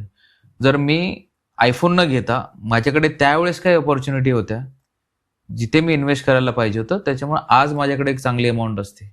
मला असं वाटतं की ह्या गोष्टीमध्ये ना सागरजी आपल्यामध्ये ना आपल्या देशामध्ये हा प्रॉब्लेम काय आहे ना की फायनान्शियल अवेअरनेस खूप कमी आहे. म्हणजे नॉट ओनली आपण की बाबा आपण रुरल एरियाजमध्ये जाणार किंवा काय, पण आज मोठ्या मोठ्या म्हणजे IT कंपनीजमध्ये जरी काम करत असेल, अक्षरशः बँकिंग फायनान्समध्ये जरी काम करत असेल ना, तिथं सुद्धा खूप मोठा प्रश्न आहे की फायनान्शियल अवेअरनेस जे बोलतात ना ती खूप कमी आहे. सो तुम्ही जेवढ्या लवकर स्टार्ट करणार ना तुमच्या वयाचं, मला तर असं वाटतं की तुम्ही जेव्हा तुमचा पहिला पेचेक तुमच्या हातामध्ये येईल ना, तर त्यावेळेसच तुमची इन्व्हेस्टमेंट स्टार्ट होऊन जायला पाहिजे. वेदर इट्स नॉट मॅटर की तुम्ही किती अमाऊंटनी स्टार्ट करताय, वेदर इट इज ₹500, ₹1,000, पण ॲटलिस्ट स्टार्ट करणं खूप इम्पॉर्टंट आहे. सो आय थिंक सो पहिला पेचेक आल्यानंतर तुम्ही 5% असेल, 10% असेल, आयडियली मला असं वाटतं की कोणी जर इन्कम करत असेल तर त्याच्या 20-25% पर्यंत तरी इन्व्हेस्टमेंट जायलाच पाहिजे ती वेगवेगळ्या फंड्समध्ये किंवा इन्स्ट्रुमेंट्समध्ये. बट ॲटलिस्ट तुम्ही पहिला पेचेक घेताय तर ॲटलिस्ट 10%नी तरी स्टार्ट करा. की आपण ॲव्हरेज जरी पकडला, आज ₹25,000 बाबा एक बेसिक यूजचा सॅलरी आहे, तर 25,000 आपण जरी कॅल्क्युलेट केले, एक 2,000ची SIP तुम्ही स्टार्ट करा. चला नाही 2,000ची, तुम्ही ₹1,000ची SIP स्टार्ट करा. जसं बाय द टाइम तुमचा इन्कम वाढत जाईल, तुम्ही तो SIPची अमाऊंट जी आहे ती वाढवत जा. पण स्टार्ट करणं आणि अर्ली यंग स्टेजमध्ये स्टार्ट करणं, that is the most important thing. जेणेकरून एक म्हणजे 10, 12, 15 वर्षानंतर तुम्ही जे असेल ॲटलिस्ट तुम्हाला पैशांची तरी वरी करायची गरज नसणार. जसं मी सांगितलं की 90% प्रॉब्लेम जे आहे ना ते पैशांनी येतात. बाकीचे 10% जर तुम्हाला सिव्हिअर हेल्थ इश्यूज असेल ना, तर तो कदाचित पैशांनी नाही सॉल्व्ह होऊ शकत. काही गोष्टी आहे की ते पैशांनी पण सॉल्व्ह होऊ शकतात, म्हणजे आपण चांगली ट्रीटमेंट घेऊन. पण 90% लाईफमधले प्रॉब्लेम बोलतात ना ते पैशांनी सॉल्व्ह होऊ शकतात, आणि त्याच्यासाठी चांगली तरतूद करणं खूप इम्पॉर्टंट आहे. जर नाही आहे तर ती स्टार्ट लवकरात लवकर करणं खूप इम्पॉर्टंट आहे. रॅदर दॅन दॅट आपण वेगवेगळे डेब्ट घेतो किंवा काय, त्याच्याच बरोबर तुमची इन्व्हेस्टमेंट स्टार्ट होणं खूप इम्पॉर्टंट आहे. आणि एक पॉईंट तुम्ही क्रेडिट कार्डचा बोलला होता, बरोबर. एक अमेरिकन लोकांची मेंटॅलिटी स्टडी केली. सागरजी, तर तुम्ही कोणत्या शॉपमध्ये गेले ना, जर क्रेडिट कार्ड घेऊन गेले, तुम्हाला एखादी गोष्ट आवडली ना, तर तुम्ही इमिडिएटली ती स्वाईप करणार. Okay, correct. तो तुम्हाला फील नाही होणार सागरजी ते स्वाईप करण्यामध्ये क्रेडिट कार्डची मेंटॅलिटी कशी वर्क करते, बरोबर. पण जे सागरजींच्या हातामध्ये आहे ना, जर ₹10,000 बंडल असेल ना, खिशामध्ये जर कॅश असेल ना, तर ते कॅश समोर पेमेंट करताना आहे ना, ती फील होणार तुम्हाला. 10,000 तुम्ही रुपीज देता ते. तर क्रेडिट कार्डचा हा सगळा जो गोष्ट जी चालते ना, ती मेंटॅलिटीवरती चालते की बाबा की तुम्ही स्वाईप करताना तुम्हाला फील नाही होणार, तुम्ही एक्स्ट्रा खर्च वाढत जाणार. कारण की ते कसं आहे, क्रेडिट कार्ड कशा स्ट्रक्चरवरती काम करतं की बाय नाव पे लेटर. करेक्ट. बरोबर. आता हा सगळ्यात मोठा प्रॉब्लेम आहे. आपल्याला वाटतं की नंतर द्यायचेच आहे ना, ठीक आहे, माझ्याकडे 40 दिवसांचा 45 दिवसांचा टाइम आहे, मग आपण स्वाईप करतच जातो, आपले एक्सपेन्सेस वाढतच जातात, आपण स्वाईप करतच जातो. आणि एक टाइम असा येतो ना की मग आपल्याला वाटतं की बाबा आपण जे क्रेडिट कार्डचं बिल झालेलं आहे एवढं मोठं, आपण ते देऊ नाही शकत. हो. मग ते देऊ न शकण्यामुळे मग काय आलं की क्रेडिट कार्डवरती जे इंटरेस्ट असतं ना, ते सगळ्यात जास्त इंटरेस्ट असतं. म्हणजे 40% सुद्धा तुमच्याकडनं इंटरेस्ट इयरली घेऊ शकतात क्रेडिट कार्ड कंपनीज किंवा बँक्स ज्या आहेत ते. मग याच्यासाठी तुम्ही काय करणार, मग हे डेट क्रेडिट कार्डचं क्लिअर करायचंय, मग त्याच्यासाठी तुम्ही दुसरं लोन घेणार. म्हणजे काय झालं, तुमची शेवटी जर्नी एक डेपमधनं दुसऱ्या डेपमधनं तिचा, आणि हा एक विषय सर्कल चालू होतो, बरोबर. करेक्ट. सो ऑलवेज बेटर की तुम्ही क्रेडिट कार्ड वापरताना तुम्हाला असं माहिती आहे की तुम्ही डिसिप्लिन आहात, तर यूज क्रेडिट कार्ड. काही इमर्जन्सी आली, मेडिकल इमर्जन्सी झाली किंवा काही, तर त्यासाठी तुम्ही क्रेडिट कार्ड वापरा. But it's not a thing की म्हणजे आपल्याला मनात वाटली एखादी गोष्ट आवडली, स्वाईप केली आणि नंतर पेमेंट करेल. It should not be the mentality. जर तुमची आपली मेंटॅलिटी आहे, इट्स ऑलवेज बेटर की क्रेडिट कार्ड न असणं बेटर आहे. पण पर्सनली मला मला असं वाटतं की एक क्रेडिट कार्ड असणं एमर्जन्सी सिच्युएशनमध्ये, जसं मी सांगितलं की मेडिकल एमर्जन्सी झालं किंवा काय अशा सिच्युएशनमध्ये एक क्रेडिट कार्ड असणं व्यवस्थित थिंक आहे, पण नॉट फॉर दी. आता शेवटचा प्रश्न आपण घेऊयात. मार्केट क्रायसिस आणि पेंडेमिक सिच्युएशन, राईट, असं वार सिच्युएशन झाली, मार्केट खूप डाऊन आलं, तर लोकांचा मार्केटवर भरोसा नाहीये, कारण की एका वर्षापासून मार्केटने रिटर्नच नाही दिलेत. बरोबर. लोकांच्या अपेक्षा होत्या. बरोबर. आता तर भरपूर असं कॅटेगरी आहे जे गॅरंटेड प्लॅनकडे इन्व्हेस्टमेंट करायचं बघतायत. बरोबर. एक पर्टिक्युलर अमाऊंट 5 वर्ष 10 वर्ष भरल्यानंतर एक लाईफ टाईम त्यांना एक सर्टेन अमाऊंट भेटत जाते. बरोबर. इन्फ्लेशन बीट करेल नाही करेल तो हा वेगळा प्रश्न. बरोबर. तर लोकांनी असं काय सांगाल तुम्ही लोकांना की ज्यांनी मार्केटकडे ट्रस्ट करावं आणि एक म्युच्युअल फंड सुद्धा सुरुवात करावी? गॅरंटेड आहे, वेल अँड गुड. सागरजी, आपण ना म्हणजे जी सुरुवात आपण जिथून केली होती त्याची सांगता कदाचित आपण जे एंड करणार ते इथूनच करू. की मी तुम्हाला सांगितलं की 1978ला मार्केट स्टार्ट झालं 100 पॉईंट्स आणि आज 85-86,000 जस्ट गल्फ वॉरच्या पहिले होतं. बरोबर. तर 100 पॉईंट टू 86,000ची जर्नी आपण पकडली तर तुमची त्याचा IRR जर काढला, म्हणजे IRR म्हणजे आपण सोप्या शब्दात बोलतो की प्रत्येक वर्षाला काय कंपाऊंडिंग रिटर्न दिला आहे. करेक्ट. तर 100 पासून तर 85-86,000ची जी जर्नी मध्ये तुम्ही IRR काढणार तो 13-13.5% येतो, म्हणजे 13% पकडा तुम्ही. म्हणजे तुम्हाला वार्षिक 13% रिटर्न्स आलाय. आता ह्या वार्षिक 13% रिटर्न्स कसा आलाय की ज्याच्यामध्ये 2-4 वर्ष होते मार्केटने काही रिटर्न्सच नाही दिले, म्हणजे आता 1.5 वर्षापासून इंडियन मार्केटने काही रिटर्न्सच नाही दिलेले आहेत. त्याच्या पहिले सुद्धा तुम्ही असं बघणार की कोविडमध्ये सुद्धा मार्केट अचानक मध्ये क्रॅश झालं होतं, किंवा 2009च्या ब्रेमन ब्रदर क्रायसिस मध्ये पण मार्केट क्रॅश झालं होतं. तर अशा वर्षी एखादा वर्ष असं लॅग जाऊ शकतो, एखादा 2 वर्ष, की मार्केट तुम्हाला निगेटिव्ह रिटर्न्स पण देऊ शकतो की तो कम्प्लिटली साईडवेज जाऊ शकतो, कुठं मार्केट मुवमेंटच घेऊ शकत नाही. पण 2 वर्षांनी 3 वर्षांनी असं होऊ शकतं की तोच मार्केट तुम्हाला 25%-30% रिटर्न देणार. बरोबर. तर लॉंग टर्मचा तुम्ही जेव्हा तुम्ही असा एक एव्हरेज पकडणार तर तो आपला मार्केटचा एव्हरेज आलेला आहे तो 13-13.5% आला. म्हणजे 100 पॉईंट टू 86,000ची जर्नी तुम्ही बघणार विथ 13% रिटर्न, तर काय रिटर्न्स दिलेले आहे? That is not 8,500% return. Okay. 8,500% return नाही दिले त्यांनी, 8,500 टाइम्स रिटर्न्स दिलेले आहे. मला समजतं मी काय बोलण्याचा प्रयत्न करणार. हा, it's not a percentage wise, म्हणजे किती ह्यूज रिटर्न्स दिलेले आहे जर तुमचा लॉंग टर्मचा हॉरिझॉन असेल तर शॉर्ट टर्मसाठी आय नेव्हर रिकमेंड की you should go with a mutual fund. 5 वर्ष 5 years अँड अबव तुम्ही मार्केट लिंक प्लॅन मध्ये इन्व्हेस्टमेंट करा. म्युच्युअल फंड झाले किंवा युलिप जरी झाले तरी ते असे काही युलिप्स प्लॅन पण आहे जे तुम्हाला खूप मिनिमल चार्जेस मध्ये, म्हणजे OSP वगैरे असे काही चार्जेस मध्ये तुम्हाला अवेलेबल झाले आहेत. But still I will not recommend anything about that, कारण की त्याच्यामध्ये तुमची कमिटमेंट येते, कारण की तुम्हाला प्रत्येक वर्षी ती अमाऊंट भरावीच लागते. म्हणजे लॉकिंग आहे किंवा काही असेल तर फ्लेक्सिबिलिटी असणं खूप इम्पॉर्टंट आहे तुमच्या इन्व्हेस्टमेंटमध्ये, जे तुम्हाला म्युच्युअल फंड भेटते. आणि जर शॉर्ट ड्युरेशनमध्ये असेल तुमचा 1 वर्ष 2 वर्षाचा प्लॅन, तर आय विल रिकमेंड की तुम्ही बँक फिक्स्ड डिपॉझिटमध्ये करा और वेदर लिक्विड फंडमध्ये करा तुम्ही डायरेक्टली. तुमचा जर 3 किंवा 5 वर्षाचा टाइम हॉरिझॉन असेल तर तुम्ही एक म्युच्युअल फंडची कॅटेगरी झाली ज्याला आपण बॅलन्स फंड बोलतो. 50% डेट 50% इक्विटी हा तुम्ही रेशो ठेवू शकता. आणि 5 years अँड अबव त्याच्यासाठी तुम्ही core mutual fund, equity mutual फंडमध्ये इन्व्हेस्टमेंट करू शकता. हा बेसिक तुमचा एक फायनान्शियल प्लॅनिंग किंवा म्युच्युअल फंडचा पोर्टफोलिओ तयार करण्यासाठी तुम्ही एक बेसिक फंडामेंटल कोर ठेवू शकतात तुम्ही.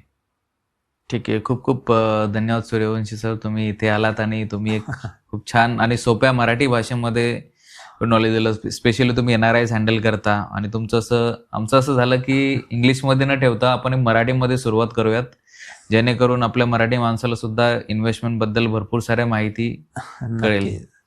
अवेअरनेस असणं खूप इम्पॉर्टंट आहे, जो आपल्या भारतामध्ये हाच प्रॉब्लेम आहे. लोक खूप चांगली सॅलरी घेतात, IT इंडस्ट्रीज झाले, प्रोफेशनल झाले, पण तरी बघितलं तर आपण भारत अजूनही फायनान्शियल एज्युकेशनमध्ये आपण कुठं ना कुठं लॅक करतो आहे आणि ती अवेअरनेस वाढणं खूप इम्पॉर्टंट आहे, ज्याच्यामुळे तुम्ही तुमची लॉंग टर्मची इन्व्हेस्टमेंट जर्नी फायनान्शियल फ्रीडम तर बोलू शकतो, पण कधी कधी खूप साऱ्या मिस सेलिंग्स पण होतात, म्हणजे तर ह्या सगळ्यांपासून तुम्ही सेफ राहू शकता. तर मला असं वाटतं की आपली फायनान्शियल अवेअरनेस वाढणं खूप महत्त्वाचं आहे, because those are the core thing की तुमची लाईफ जी असते Correct. ती स्ट्रेस फ्री राहू शकते, म्हणजे फायनान्स जो झाला असा. तर थँक्यू सागर, इन्व्हाइट केल्याबद्दल मला. हो, नक्कीच. तुम्ही खूप तुमचा वेळ दिलेला आहे आणि नक्की, फायनान्शियल अवेअरनेस या चॅनलच्या माध्यमातून आपण वाढवणारच आहोत. डेफिनेटली. परत एकदा येऊयात एका नवीन गेस्ट सोबत आणि एका नवीन टॉपिकवर. तोपर्यंत धन्यवाद.